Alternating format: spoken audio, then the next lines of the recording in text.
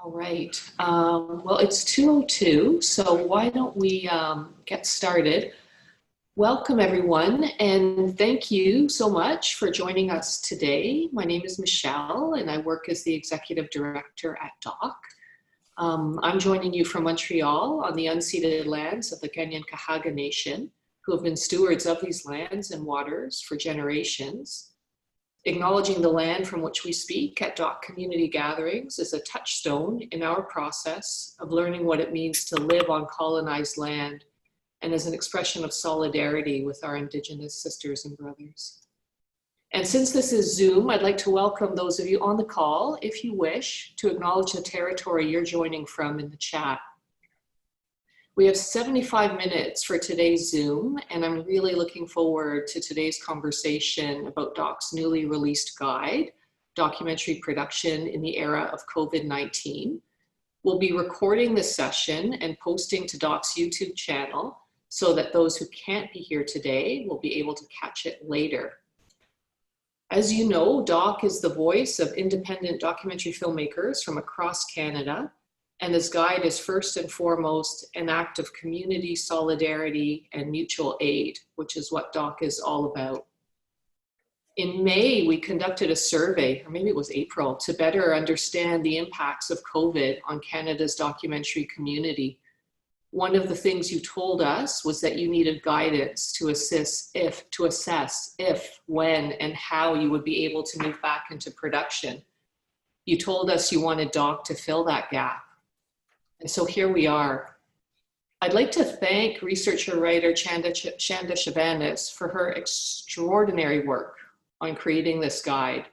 And you'll be hearing a lot more from Shanda very soon. I'd also like to give a shout out to Denman Digital, who did a fantastic job on the web design and build. And a big shout out as well to Vince and Deepa, DOC's dedicated staff, who worked incredibly hard so that we could release the guide this week. And I'd like to thank our partners at the National Film Board of Canada, the CBC and the DGC, whose support and solidarity helped make this guide possible. Leah Marin, a producer with the NFB's Ontario studio, and a dear former colleague of mine, is with us today, and I'd like to invite her to say a couple words.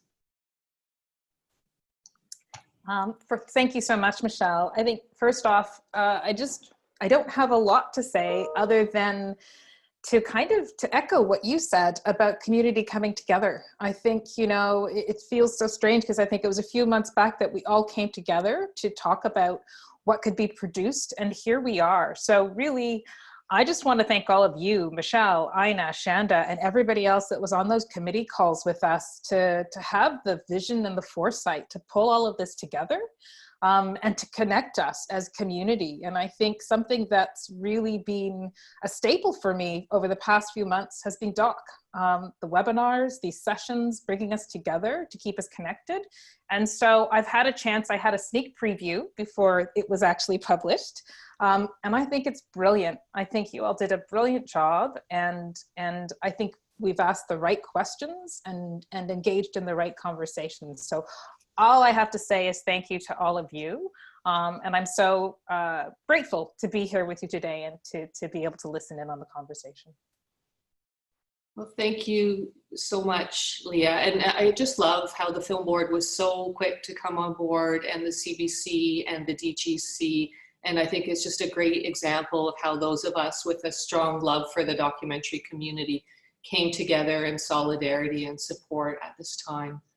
Now I'd like to introduce none other than Ina Fitchman, the chair of DOC's board and the chair of DOC's COVID-19 committee. Ina has been a central driver force of nature behind this initiative. Ina. Oh, you're on mute. I was so good I put myself on mute. I just want to give a little context to what you're going to hear about today and what you're going to go through on our website, because I think it's quite an extraordinary work and there's so much there. So please take your time. And at the beginning of the pandemic, I think DOC, like many other organizations, was struggling to understand the impact of COVID-19 on our lives, both as people and as documentary producers, directors, and crafts people. And in the early days, we invited broadcasters, funders, and the like to speak with our community to explain how all of this was going to change our landscape. And more than 400 people from across the country of our community came and listened attentively to these words. Around the same time, I was also involved with another association called the Documentary Producers Alliance in the US, and I moderated a town hall that ended up being a very emotional discussion and a really heartfelt conversation from producers who all of us understood there was just no turning back, that COVID-19 didn't only amplify what we were going through today, but it also forced us to question how we do business with each other, the respect we need to show, the care we need to show for members of our community and the subjects of our films. And I think that members of our documentary community in Canada also realized that this was the moment to seize this opportunity to look at not just who makes documentaries, but how we make documentaries and why we make documentaries. And with feedback from our membership and from many different people who participated in our webinars, we decided to form DOC's COVID-19 committee. Since March, we've organized many webinars on everything from production and post-production issues to ethics to mental health. And as a committee, we get together once a week to talk, to brainstorm. And I have to say, this extraordinary team is at the heart and soul of what Shanda will talk about today. I want to thank the members of our committee, Nicholas Ayerbe-Barana, Yung Chang, Barry Cohen, Isabel Couture, Janice Dodd, Joanne Jackson, Nisha Pahuja, Cornelia Principe, Karen Shopsowitz, and Janet Torge. Your commitment, your vision is really behind this extraordinary work. I also want to say that we're very fortunate to have our ED, Michelle Van Bussecom, at the helm. She actually joined our organization as the pandemic was heating up. And she has been guiding us with intelligence, with grace, and a really profound understanding of the needs of our community. And I want to thank Michelle for all of this. Now, before Shanda gives you her really remarkable presentation, I just want to say that, you know, I have no words to describe the work that's been done. And some of you know Shanda. She's a documentary filmmaker, a writer, she's an educator. She's passionate about using media for social change. She's authored several educational resources, among them Living Downstream, 2 blogs for the National Film Board of Canada's citizenship website. And she also, in 2018, she authored the 60-page guide that was called The Roadmap to Creative Distribution. As you can see, all of us here are tremendously indebted to Shanda for the intelligence and the rigor with which she took on our project. And I want to thank you on behalf of DOC for this great work. So Shanda, please take it from here. Thanks so much, Ina, for that lovely introduction. And I want to thank Doc too, because like a lot of filmmakers, when I was starting out through the pandemic, I didn't know what to do with my time, really. And I thought about different films to make, but I couldn't really imagine working during the pandemic. And so lo and behold, Doc needed a guide to be created for filmmakers about how to work during the pandemic. And so I feel like I've learned a lot from this experience about how to work, but more importantly, I feel like I've been able to be useful in this time when I wasn't sure kind of what to do with myself. And so it's really been an honor and a privilege to work on this guide. And I hope that other people learn as much from the guide as I learned myself. So let me just start with the presentation. I'm going to share my screen so that you guys can see little snippets of the website. So Michelle will be putting links up to the website throughout the presentation so that if you're a person who kind of likes to be doing 2 things at once, you can listen to me talk and you can also explore the site on your own. Also, if you have questions during my presentation, feel free to put them up in the chat. And when I pause to take a breath, Michelle can interject if they're relevant to what I'm talking about. But we will also have a kind of formal part of a Q&A at the end of the session too.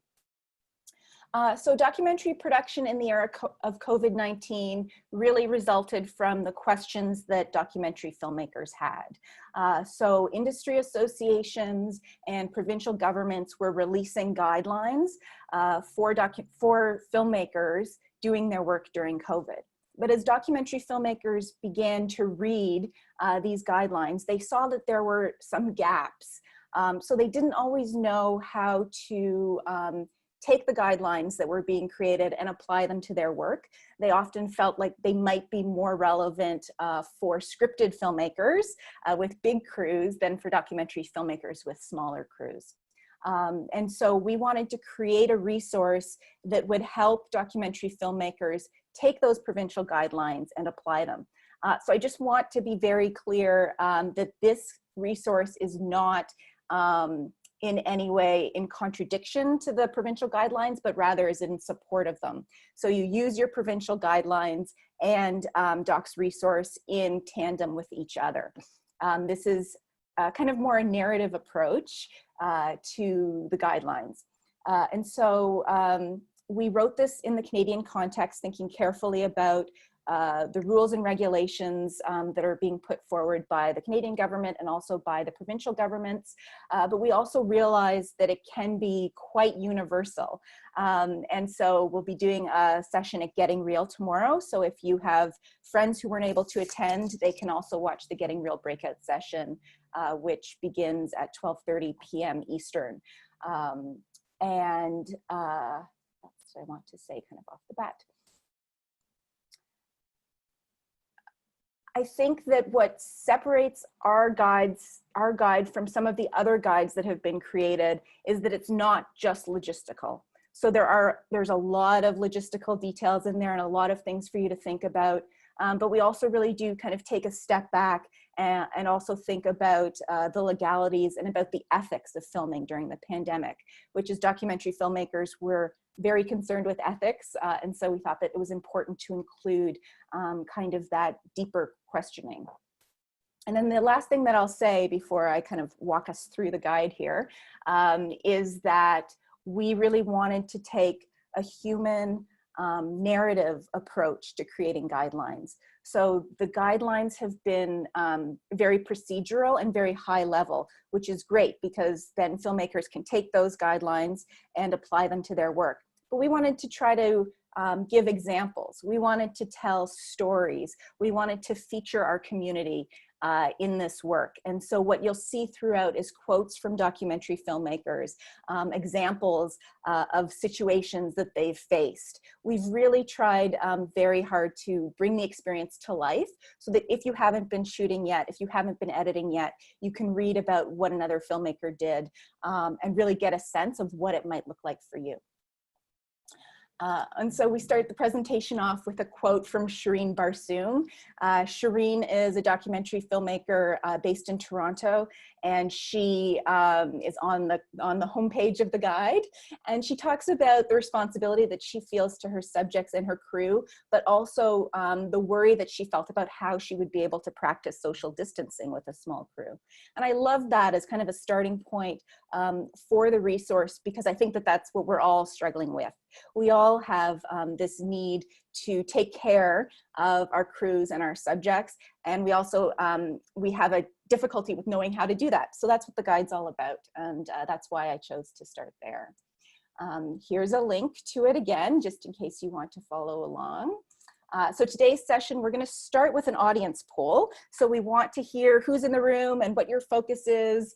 And then I'll give you a very quick overview of the research methodology.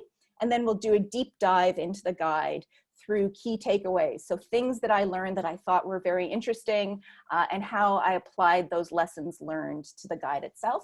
And then we'll have 15 minutes at the end of the session for a Q&A. So Michelle, if you could launch the poll now. So here is the poll. You should all see it up on your screen, and there's 5 questions there. You can scroll down and answer them, and that'll give us a sense of who's in the room. I don't see anyone answering, so I'm not sure if people see it. Can you see it? Oh, now it's happening. Okay. Little Zoom lag. We'll just give people just a few more seconds to indicate their answers.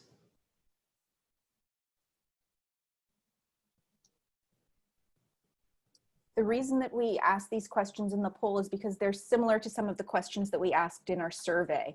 And so part of the reasoning was we wanted to see if these responses aligned with what we found in our survey, or if people are in kind of a different place right now. And then also, of course, to see who's in the room so that I can try to position my comments for you individually, Right, so one at a time. poll, and we're gonna put the results up on the screen. Go. Share results. So it's about half and half for being in production. Everyone mirrors the survey, 95% planning to be in production. Pretty even split between emerging, mid-career, established. Almost from right across the country. And a lot of producers and directors. Thank you. Great, thanks very much for that. Okay, I'll share my screen again here.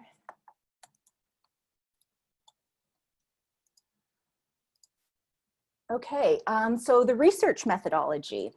So it took place in 3 parts, the research. I began with an environmental scan and a literature review. And so what that was really about was combing through the provincial and territorial guidelines with a fine-tooth comb and trying to see all of the information that they were giving, all of the guidelines that they were providing. Then we did an online survey with 327 documentary filmmakers from across the country. We had responses in French and in English, and there were responses from people in all of the provinces, plus Nunavut, plus people in the US, Mexico City, Pakistan, and Chile. But they were all Canadian documentary filmmakers. And then we conducted in-depth interviews. So we spoke with over 50 people, documentary filmmakers right across the board. So producers, directors, researchers, production managers, directors of photography, sound recordists. And then we also spoke with people who were involved in the creation of the provincial guidelines, as well as public health authorities. And we had a few occupational health and safety authorities fill in questionnaires as well. And so what we were looking for from the survey respondents and from the interviewees was information about how they were working in the pandemic. Were they filming? If so, what did their filming look like? What were they struggling with? And what information did they need? With the interview subjects, we were interested in finding out how they were working, because we were talking to people who were actively working at the time, and also some of the challenges that they had faced and how they had figured out their way around those challenges. So the key takeaways and the guide overview. These key takeaways, there's 7 of them, and they're things that surprised me, impressed me, made me feel worried. So I kind of am leading with my feelings a little bit for this section, but each one of them helped to inform the creation of the guide in some way. So I'll talk about what I learned and what I found, and then I will kind of oscillate over to the guide and tell you how we implemented that learning in the resource. So the first takeaway was that documentary filmmakers are getting back to work, and that their top concern is for the health and safety of others. So what we found was that in the survey, 66.9% of people had been in production or post-production since the pandemic started. And you can see that all of the kind of orange pieces are people who are working on at various stages. So either production, post-production, or both. And then 33.1% were people who were not in production. When we asked people about when they had begun shooting, about half of the folks had begun shooting before the pandemic. And then of course you see that there's a significant drop in production right after the pandemic hit. And then there is a pretty sharp increase in production again. So what we know is that more and more people are shooting every month. 91% of respondents said that they plan to be in production or post-production on a new project in the next year, which, as Michelle mentions, tracks pretty well with what everyone on the webinar today has said. And then the top concern was for the health and safety of others, which is something that I had expected to find, but I was also really delighted to find. So 75% of people said that one of their top 3 concerns was for the safety of their participants, production crew, or post-production team. And then a secondary concern was for the safety of secondary individuals. So family, crew's family, subject's family, and both of those ranked much higher than personal safety, which was the 3rd concern. And so obviously then with the guide, what we wanted to do was really help filmmakers think carefully through how to keep each other safe and how to keep their subjects safe. And so this is a look at the homepage of the guide, Documentary Production in the Era of COVID-19. We decided to organize the guide around 5 main questions, and you can see them here at the top of the screen. So should I shoot? Can I shoot? How do I shoot? How do I travel? And how do I post? And should I shoot is really about the ethical questions. So all of those things that you might be wondering for yourself about, is the timing right? How high are the risks? We try to give you context and provide questions that you can ask yourself to help you determine whether you should be shooting right now. Can I shoot is more about the legalities and the practicalities. So is filming allowed in your province right now? How do you find that out? Because of the COVID exclusion on insurance, how do you decide whether you should be shooting if you have a COVID exclusion on your insurance? What are the costs involved with shooting right now? So some of the kind of really hard things that you need to know to see if you have an ability to shoot. And then how do I shoot is the logistical piece of it. All of the kind of details, all of the plans that you need to make.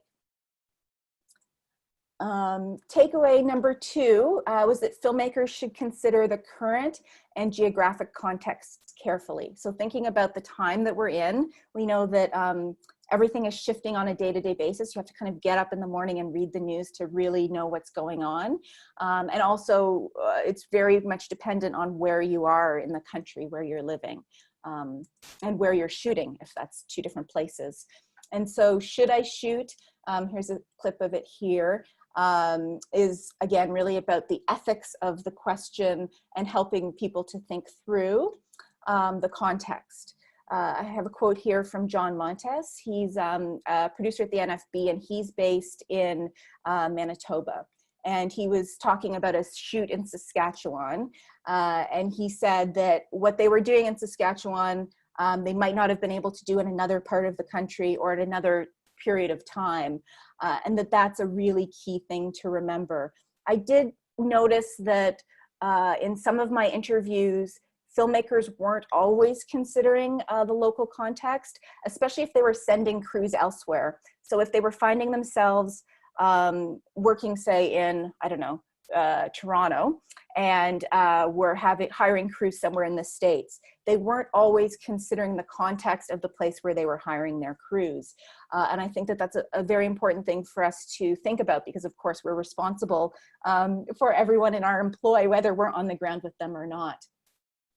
This is a quote from Sandra Steingraber. She's a subject actually in 2 of my documentaries, and I wanted to speak with her because she is very concerned about health issues, and I wanted to get a sense from her about whether she would shoot at the time. And she told me a story that was about documentary filmmakers who were calling her and asking her if she would shoot, but she lives in New York State, and they were calling her during the spring, and so there were 700 or 800 people dying a day in her state, and she couldn't really imagine carrying on as normal. And I thought that was really a powerful story. And so I wanted to share that as kind of a perspective from a subject. What I would say is that she wasn't super concerned about the safety issue. She thought that there would have been a way to do it safely, given the guidelines, but she was concerned about the mental health implications of trying to do so. And then this is a great quote from Elamaya Tailfeathers, who will be participating, giving a case study in the Getting Real session tomorrow. But she is filming in her community, which is the Kainai Nation, which is in southern Alberta. And she was talking about how we have to think deeply about the communities that we're going into when we're filming, so that we aren't just thinking about, you know, the province or the city, but the people who are living wherever we're filming. And so in her case, her community is the largest reserve by landmass geographically, and there are about 7,000 or 8,000 people who live on reserve there. And they are, of course, trying to protect their community from COVID. And so the regulations are quite strict. If you come in, you get tested and then you quarantine. So when I was actually talking to Elamaya for this, she was in self-isolation in preparation for pickup shooting that she was doing. And so she talked a lot about how careful she has to be with her community, and how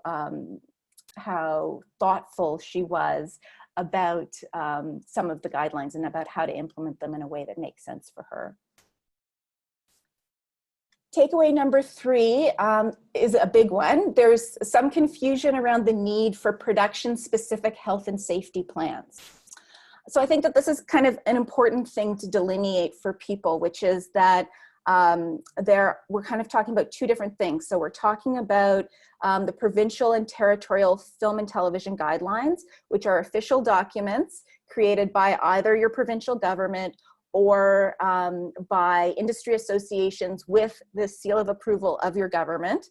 And then we're also talking about health and safety plans, which are documents that your producer creates. As a producer, you create them specifically for your production. And those health and safety plans should be made based on the provincial and territorial film and television guidelines. If your province doesn't have a guideline, and there are 2 territories and 1 province that do not, we would recommend that you consult the guidelines of the neighboring provinces or territories to develop your own guidelines. But what I found was that that there were quite a few people who were either not receiving guidelines when they were working, or who were not consulting their jurisdictional guidelines. So here we see that in the survey, 57% of respondents had consulted their jurisdictional guidelines, so their provincial guidelines, their territorial guidelines, when prepping for production and or post. And we'd ideally like to see that at 100%. I think one of the key things that I've learned is that this is not really a short-term prospect for us. We will be doing this for a while. And so familiarity with your guidelines early on will help you in your work. What we also heard was that only about 15% of the producers I'd interviewed had conducted a risk assessment on their projects. Now, risk assessments are something that all of the guidelines suggest we do. It's not something that we often do as documentary filmmakers in Canada. We'll do it if we're going to film in a war zone, or we'll do it if our insurance company asks for it, but it doesn't seem to be part of the process. And I think what we're seeing is that we're being encouraged to make it part of the process now. The guide does have a section in How Do I Shoot on risk assessment, and there are even samples of risk assessment forms there that you can find.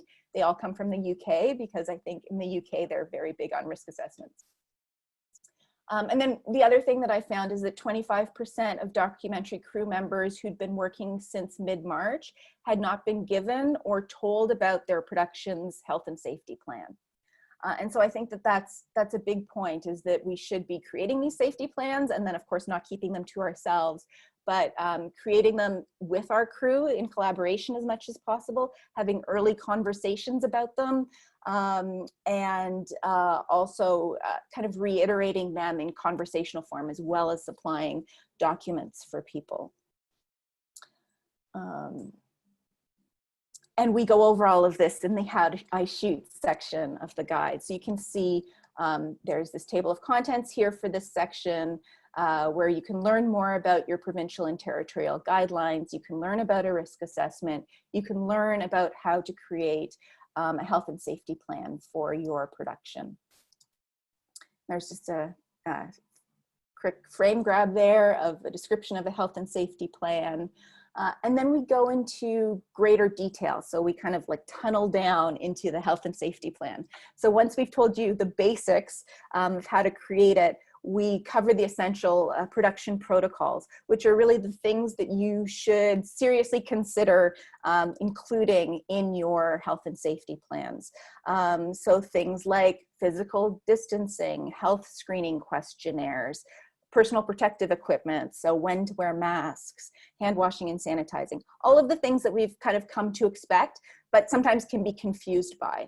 And there's been a lot of confusion around personal protective equipment, what should be used, how it should be used, and it's different in province to province. So we outline some of the basics in this section, but we do really encourage you to go back to your provincial guidelines to look at the specific details. It's quite nuanced. So takeaway number 4 is that some crew members are feeling pressure to take unnecessary risks. So this was definitely the most concerning thing for me, and I might have lost sleep a couple nights because of this. So we had multiple people refuse to do interviews with us because they were afraid of outing their production for being unsafe. We heard stories that we can't repeat in detail because it would identify the folks who shared them with us, but they were deeply concerning. Everything from kind of a gentle eyebrow raise about someone questioning safety to full-on laughter. So this is one quote that you can see here about a crew member who asked to have masks worn, and that crew member was laughed at in a production meeting.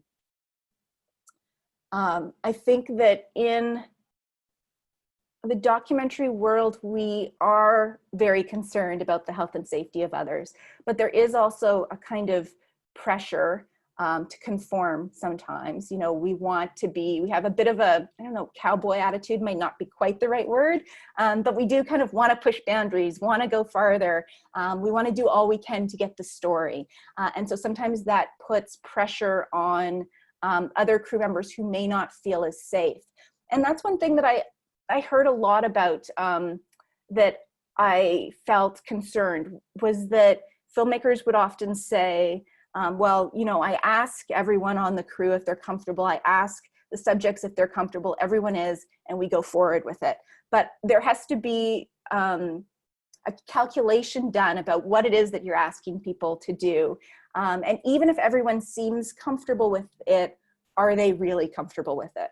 And that's a difficult conversation to have, and it's a difficult thing to think about, but I would just hope that people will think deeply about that. And of course, most people are. These situations are maybe outliers, but they did point to a trend that I really wanted to highlight. So this is another quote which was from our survey, and this is actually more the typical thing that you might see. So, you know, someone was having a difficult moment. They were a subject, they wanted to shake my hand. I shook their hand because I didn't know what to do and I hadn't thought about it. And that's one thing that I heard over and over again, was that we have the best intentions. We think we know what we're going to do, but then when we get into the field, things go differently and we don't know how to react. And so we created this section called Deal with Sticky Situations, which is all about little or big problems that you might be experiencing and how to deal with them. So a crew member refuses to follow protocols, or a participant suggests that protocols might be unnecessary, or a production doesn't have a health and safety plan. And so what we've done is we've given some suggestions for how to approach the issue for crew members, for producers, for directors. And then we've also given some suggestions for how to anticipate the problem. So if you're on set and this is happening, here's what you can do. But if you think it might happen in advance, here's how you can try to mitigate the risk of that situation occurring. I think that now that people are shooting, they're seeing what the issues are. And so hopefully this guide will help them anticipate things that they hadn't previously considered and help us plan better in the future. So takeaway number 5 is that in the field, it can be challenging to implement protocols that were developed in the office. So I heard this a lot too. Producers develop the protocols, sometimes in collaboration with the crew, but then producers aren't always in the field and crews are implementing them, and they might not quite know how to implement them in the right way, or in the way that's the safest. And so we see that some of the protocols that you think might be kind of standard practice were not being implemented as much as we might think. So work from home was the highest, and then we have physical distancing. Increased communications about risks, rights, and responsibilities was quite high, at just a little bit under 50%. But then we can see that it kind of falls off. So mandatory masks for crew is less than half, and we move kind of all the way down. And so thinking about how to make these things a reality, I think, is part of the way that we get there. The other way is to think about the kinds of shooting that you'll be doing, and then to anticipate the needs of that kind of shooting. And so to help with this, we created a section called Consider Situation-Specific Best Practices. So these aren't protocols, but they're kind of ideas for how to implement your specific protocols. So we talk about interviews, where should you shoot an interview? How should you shoot it? One thing, for example, that we heard a lot of was that the protocol is to wear masks at all times. Now, what the provincial guidelines typically say is that you should be wearing a mask if you are coming within 2 meters of another person. But of course, the problem with that is that when we're on a set, we don't really know when we're going to be within 2 meters of someone. You can come in closer quite quickly. And so what productions have been trying to do as much as possible is having crew wear masks at all times. And so in an interview scenario, what we've been hearing from directors is that they've been having a hard time sticking to that protocol, because maybe they're interviewing a subject who's hard of hearing, and so they can't hear them with the muffling of the mask.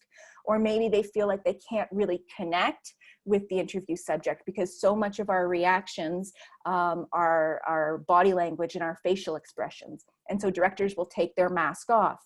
Now, if they're 2 meters away from the subject, okay, outside, even better.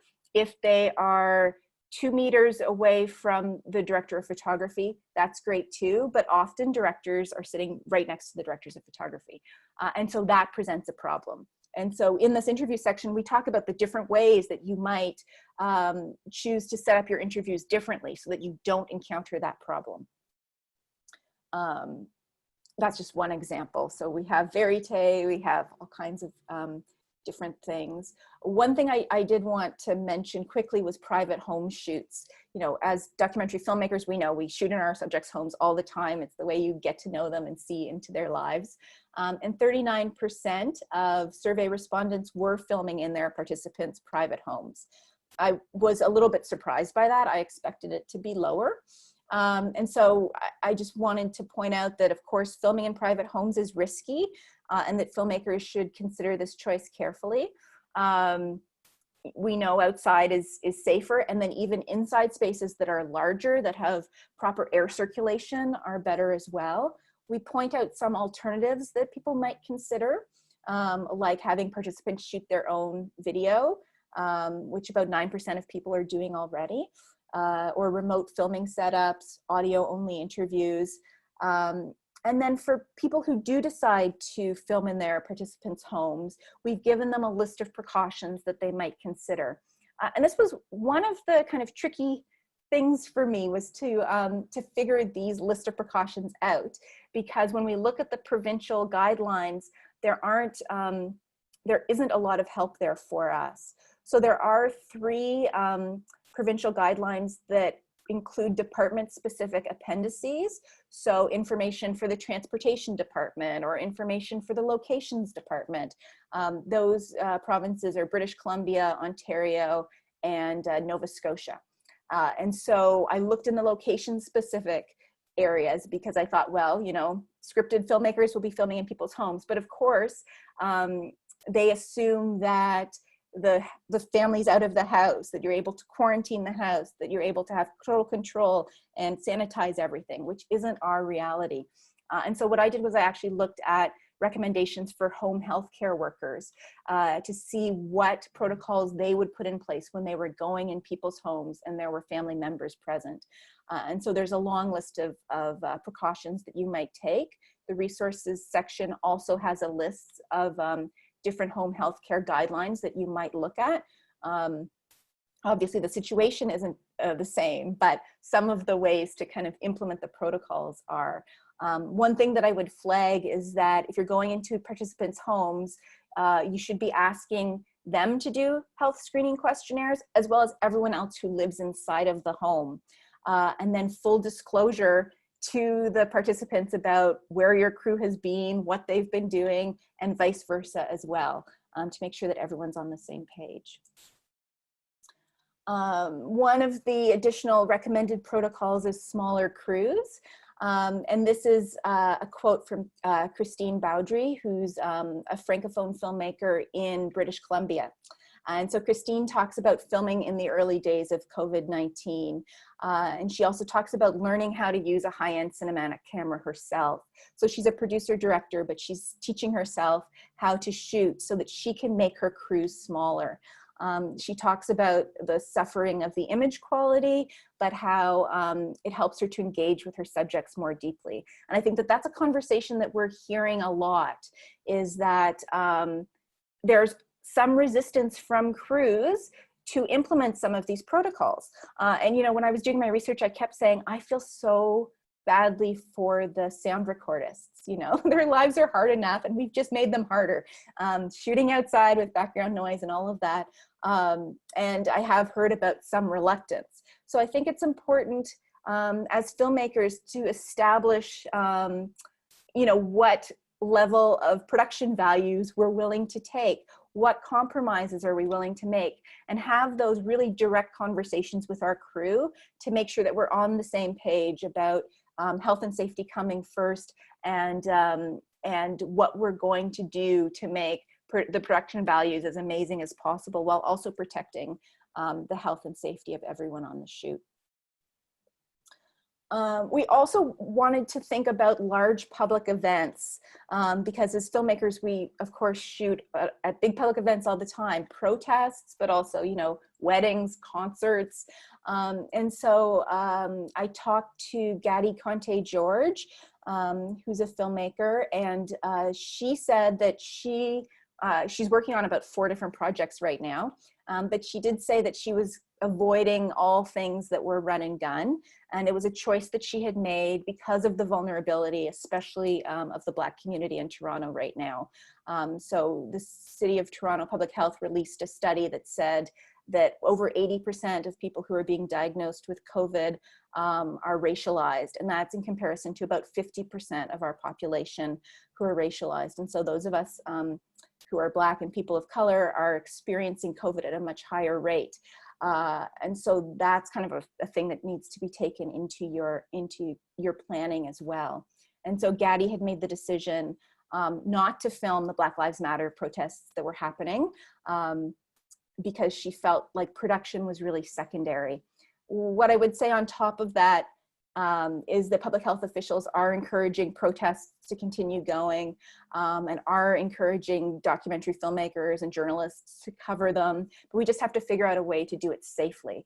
And our protocols, our guide will hopefully help you to do that. So there are ideas for how you can shoot safely. You know, for example, if you're going to a protest, maybe shoot the rally that's really controlled and not the march, for example. Takeaway number 6. So many documentary professionals believe that COVID-19 is presenting us with opportunities to make positive change. So this is Dave Draper. So he was filming on a project in the early days of COVID that was produced by Cornelia Principe and directed by Matt Gallagher. And it was about COVID itself. And so the way that Matt chose to work was with a really methodical approach planning out the days very carefully. They didn't shoot in subjects' homes. They filmed through windows. They did interviews outside. The story was about a field hospital in Windsor, and they were filming with the relatives of patients in the field hospital. And so what Dave said that I really loved was that he really liked the methodical approach because there were no surprises. And so he could plan things out really carefully and get really good quality sound because he was able to kind of take the time that he needed. And so I thought that was an interesting perspective, because I'd heard some complaints about having to change the way that we're working. And of course, it's not ideal in every situation. But I do think that there is kind of a silver lining that's useful for us to remember. So I appreciated Dave for that feedback. And then Hannah Donegan was filming with remote crews. And what she talked about was really appreciating increased communication that was happening, and this idea of informed consent, where I'm going to ask you if you're comfortable with what we're doing, you're going to tell me, we're going to have a really detailed conversation, and we begin all of our relationships that way, rather than kind of, you know, what are you going to give my project and what can you get from me? It was less transactional and more relational. And she said that she'll be continuing that kind of conversation in the future, you know, once the pandemic is over.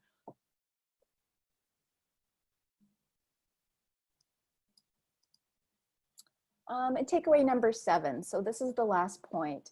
This is about the fact that many filmmakers are responding to the pandemic by bringing a high level of creativity to their work. And we asked in the survey what kinds of shooting people were doing. So you can see that a lot of people were shooting outdoors. More than half of people were shooting indoors. But there are interesting little tidbits in here. So video diaries from their subjects, about 9% of people were doing that. About 9% of people were also doing no shooting, so choosing to create animated documentaries or archival films instead. And then we have quite a number of people who were doing remote interviews. So around 29% of people were doing interviews over Zoom or Skype, or you know, sending equipment to their subjects and having them self-record interviews that way. So Melanie Carrière, there's a case study on Melanie's work in the guide, and she talks about creative flexibility in form and content. So she was all set to go, fully financed, and had actually started shooting in Quebec on a film about children who were entering school and learning how to read and write for the first time. And this was pictured as an international film. So she was planning on shooting in Quebec and then in 3 other countries internationally. She had all of her subjects lined up. They were ready to begin filming, and then COVID hit. And so she had to totally rework her project to be focused on just the child in Quebec. Now, luckily, the child in Quebec is her own son, Emile, and so that made it a little bit easier. But they still weren't allowed to film in the schools in Quebec City. And so she had GoPros on children's heads. She had Emile filming with his iPhone. She had drone shots being done of the schoolyard and of the cityscapes. And so that's how she reworked her project. And here's some shots of her with Emile in their home. And then we also talk about creative visual approaches, you know, that kind of 9% of people who aren't filming, what are they doing? Well, Jackie Torrens is a director in Halifax, and she is filming, but she's filming recreations in a different way. So she's using miniatures for her film, and her film is about a corporal in the military who had died in a kind of mysterious way. And so in order to go back in time into the 1960s and tell the story of this mysterious death on a military base, she chose to use miniatures as a way to do it. And you can see in the shot on the left that one of her interview subjects is kind of looking into the room. And so I love this because this was a plan that she had before COVID, but I think it's a really beautiful way of approaching recreations in just a different and a creative way. So this is a quote from Cami Chisholm. She is one of the people who told me she was not comfortable shooting during COVID-19. She thinks the risks are too great, and so she has decided not to shoot for the time being. But what she also said, which I really loved and I took to heart, was that what you do with the constraints you have is what makes you an artist. And I really believe that. And one of the things, I guess my biggest takeaway from all of this is really the resilience of the documentary community.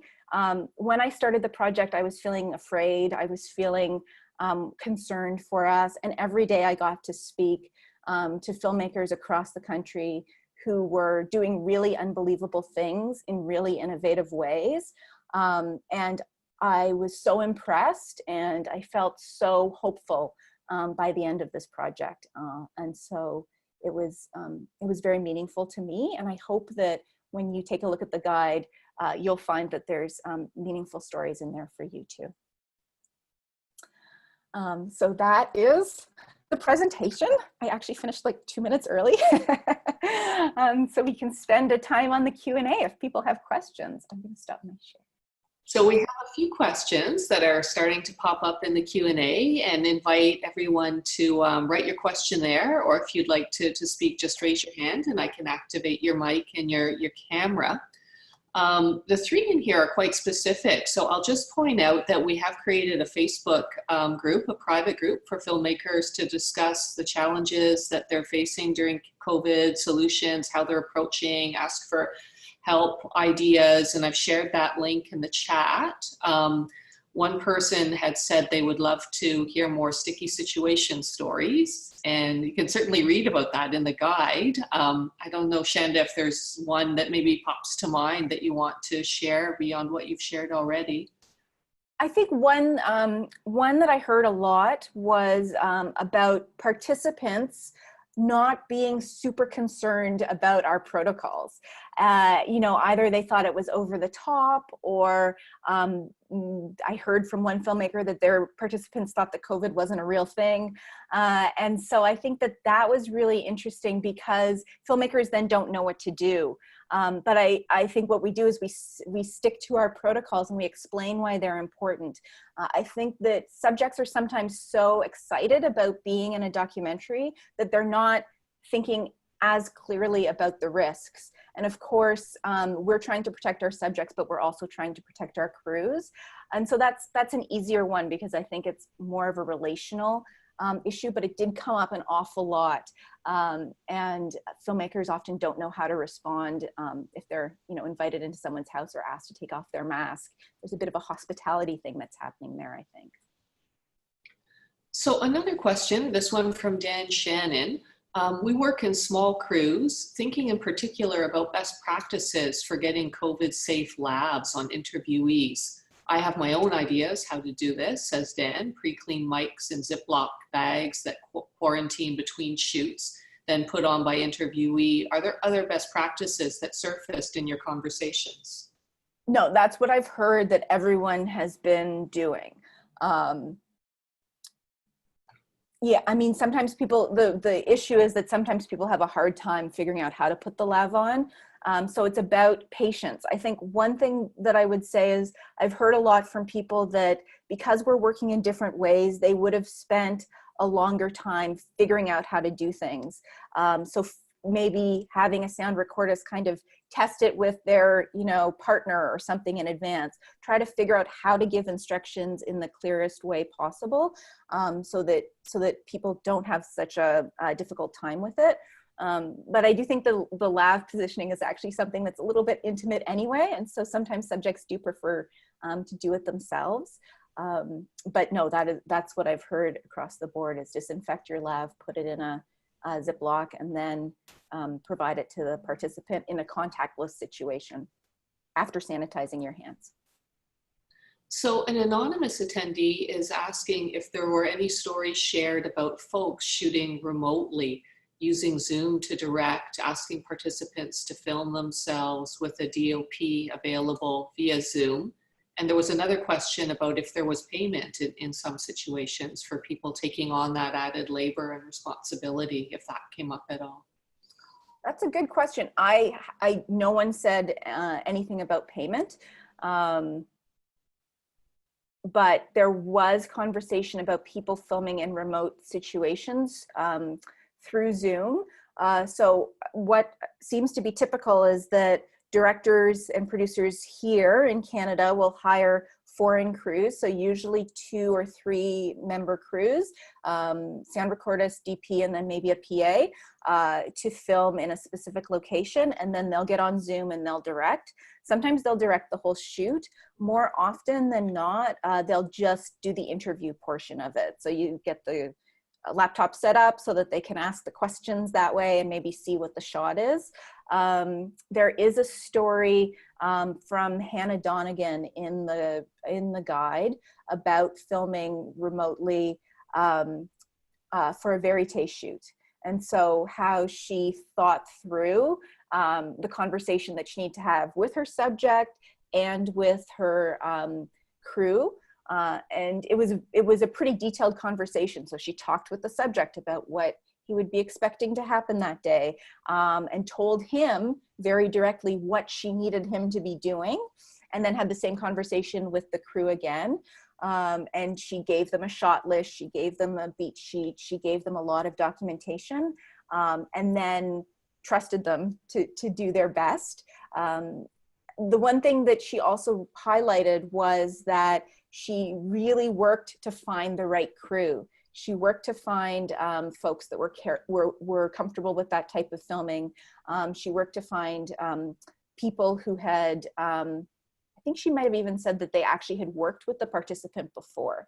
So I think when you're shooting remotely, it becomes even more important about the people that you're hiring to work with, obviously. But she carefully considered that and had very direct conversations with the participant about what she needed. Alex Kronstein had a quick question about when the guide will be available as a PDF. We indicate in the site that it will be. So just to let you know, we're working on it. We're just formatting it and it will be up next week. So very soon. We know some people would like to have a paper copy in addition to the online. So that is happening soon. Katerina Sukup in Montreal, ethical question about having crew and subject sign a COVID waiver. Our broadcaster has required we do it, but I feel it's unethical and also legally unenforceable. What kinds of conversations did you have about those waivers? We're hearing more and more about them. Most people were having crews sign them, the people that I spoke with and participants. We write about the waivers in a few different places in the guide, and there is an ethical dilemma, and there's also a legal dilemma with them as well. Different provinces have different rules about what's enforceable and what's not enforceable in liability waivers, and so we chose not to include sample liability waivers on the website because of that issue. So you really do need to consult your lawyer to have a conversation about what's possible in your province. It's tricky, and I don't think I have a very good answer for it, because it's a hard thing to ask people to sign away their rights, especially if you don't have insurance. So it's something we have to consider carefully and have deep conversations with our partners about. Yeah, and a follow-up, Kathy Everidge Johnson just asks, have people been getting asked by CBC and other broadcasters to get the waivers? And we're hearing this more and more, eh? Most broadcasters are requiring waivers. They're putting that in their legal contracts. Yes, that's right, they are. A question from an anonymous attendee, are most productions having shorter shoot days? What about bathrooms, lunches? How are those breaks getting factored in? What are the best? Great question. So yes, a lot of, I think some of the inclination is to get it done faster sometimes, right? Because we don't want to have to work in these conditions. But everything takes longer when you're implementing your COVID protocols. And so people are doing things in different ways. So I mentioned Matt Gallagher's shoot.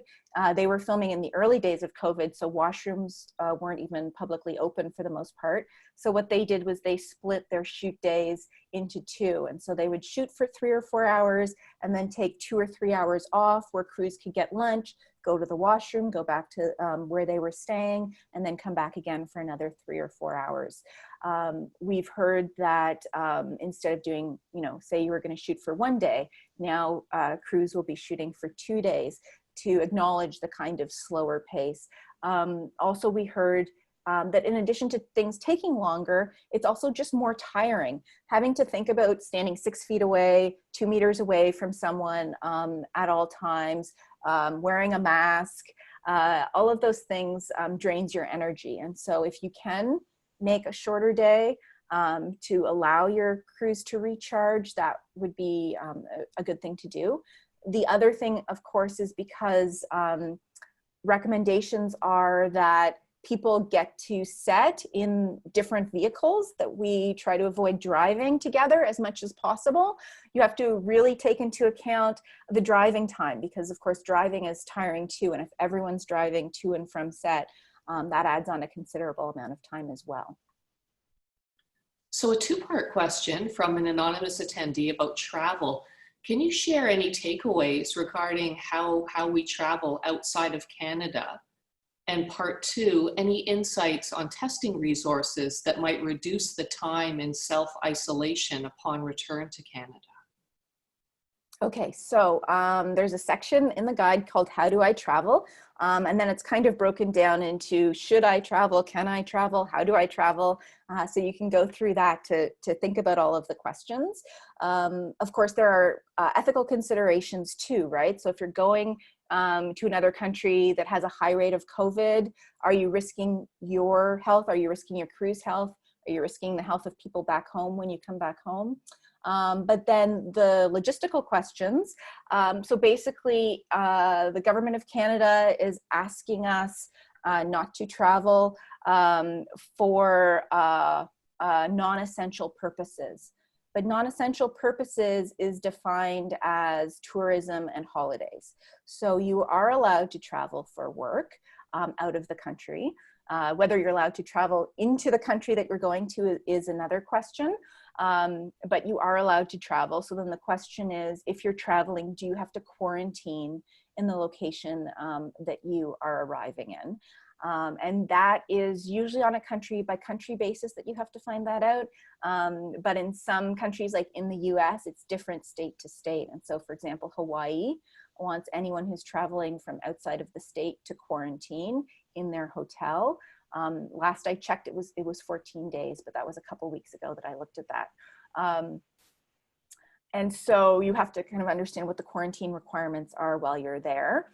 I think the kind of best practices in terms of travel are the same as the best practices when we're shooting. So, wearing a mask, disinfecting your hands, looking for an airline that will not book in every single seat to give some distance, trying not to remove your mask, so having a drink before you get on the plane, for example. All flights coming into and going out of Canada require passengers to wear masks, and all airports in Canada also require everyone in them to wear masks. So that's something worth noting. In terms of testing resources to speed up the process of quarantining, I don't know any specific resources for that, unfortunately. What I can say is that we had conversations around mandatory testing for crew, and that's a difficult proposition, and there's a lot to consider, and there is a section on mandatory testing. So I'd encourage people to look at that section to kind of think through whether you want to ask your crew or even suggest to your crew members that they get tested. The public system is in different places is quite overburdened. So that is something to really consider before you have people who have no risks getting tested. And thanks to Lara from the Doc Institute for reminding me in the chat that Doc has a brand new partnership with Stage and Screen. And they're a travel agency that specializes in bookings for the production and entertainment industry. We did a webinar with them about 2 weeks ago. Doc members get a discount. So for anyone who's not a member of Doc, another reason to join our wonderful organization. But they're real specialists, and they can help you find just the flight solution, the hotel solution that works best for your production. So that's a really great service, and it takes a little bit off the stress off of you because that's really their specialty.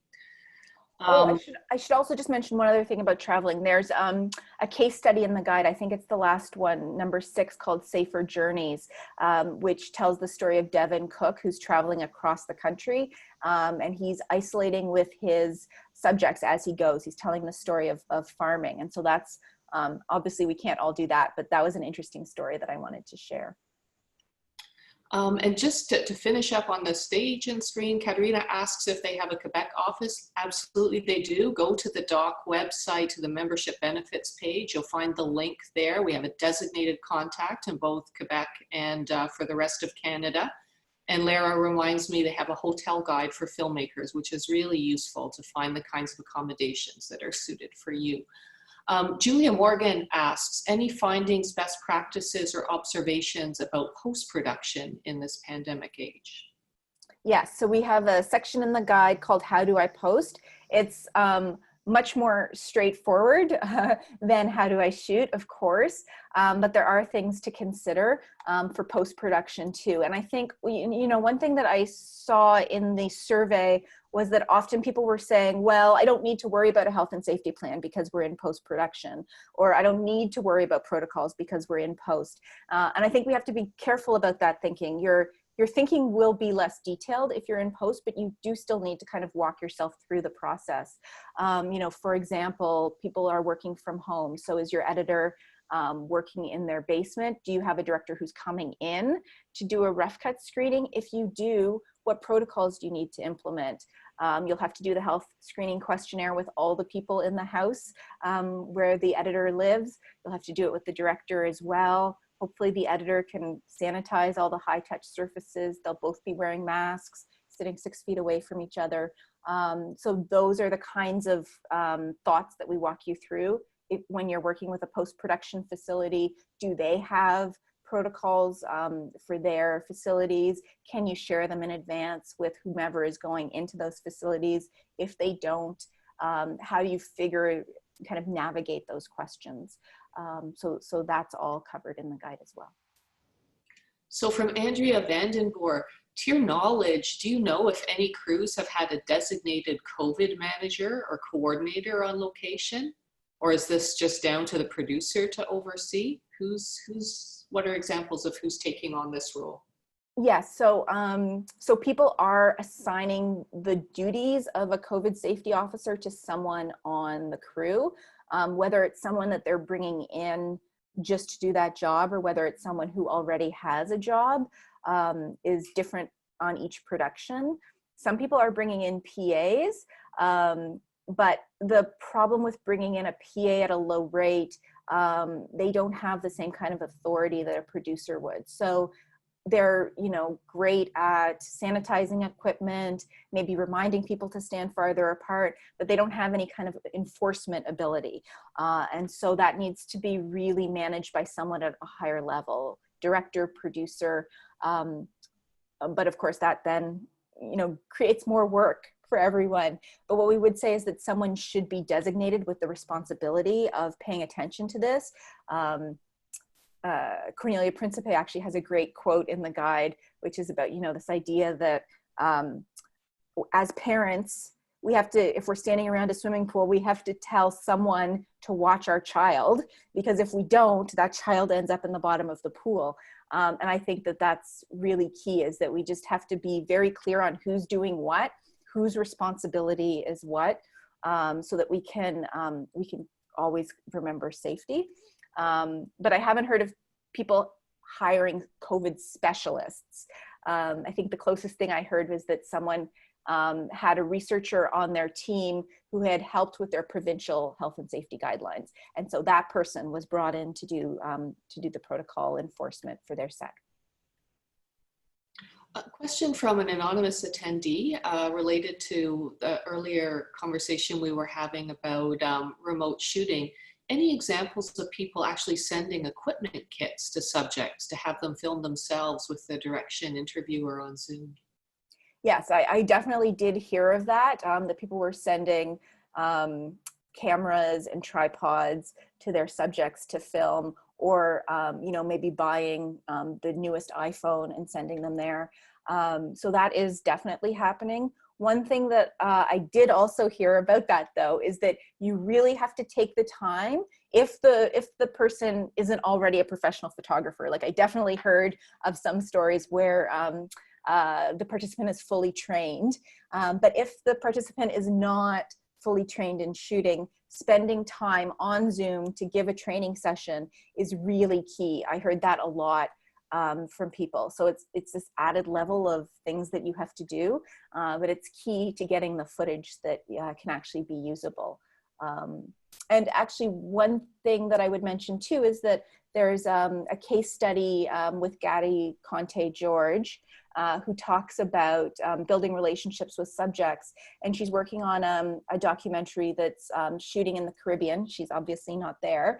And so she's been working with her subjects to have them create content for her. And what she said is that it's really strengthened their relationship because they're in touch more than they would have been normally. And she's involving them in her filmmaking process in a way that she wouldn't have normally. And it's kind of, it's made it a more collaborative experience for her. And so I think that's one of the kind of opportunities that we're being presented with, is to kind of shift the way we do things and bring participants sometimes into the creative process a little bit more. Now, final comment from Antonio Bergio, which relates to the conversation we had about lav mics. He asks, why don't you just use a shotgun? And I think you heard, Shanda, that that's what a lot of people are doing. A lot of people are doing, are using a shotgun in specific situations where they just decide not to use a lav. I think it really depends on the shooting environment, on what you're comfortable with. I definitely, in the section on situation-specific best practices, when we were talking about verite shooting and when we were talking about shooting in big public events, that there's kind of different ways to approach the miking to make it less challenging for everyone involved. So if it's mounting your shotgun on the camera, which is of course not the ideal situation, or not using lavs or using lavs exclusively, depending on the situation, I think your audio setup can change, should change. And so we've answered all of the questions and we are exactly at time. When does that ever happen?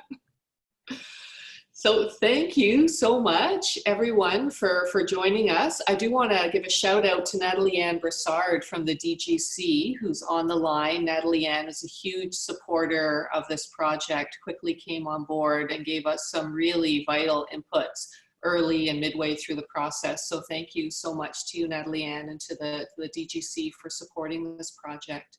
Aina, Shanda, Leah, any final words any of you want to say? Well, I think you should look, I mean, there's just so much to read in the guide. So take your time and please feel free to ask us any questions. And we're hoping the Facebook group will really be a space where, you know, filmmakers, directors, producers, craftspeople can share experiences, ask questions, you know, be a community space, as we know this is going to go on for a while. So please join and share your stories and ask any questions. So thanks for joining us.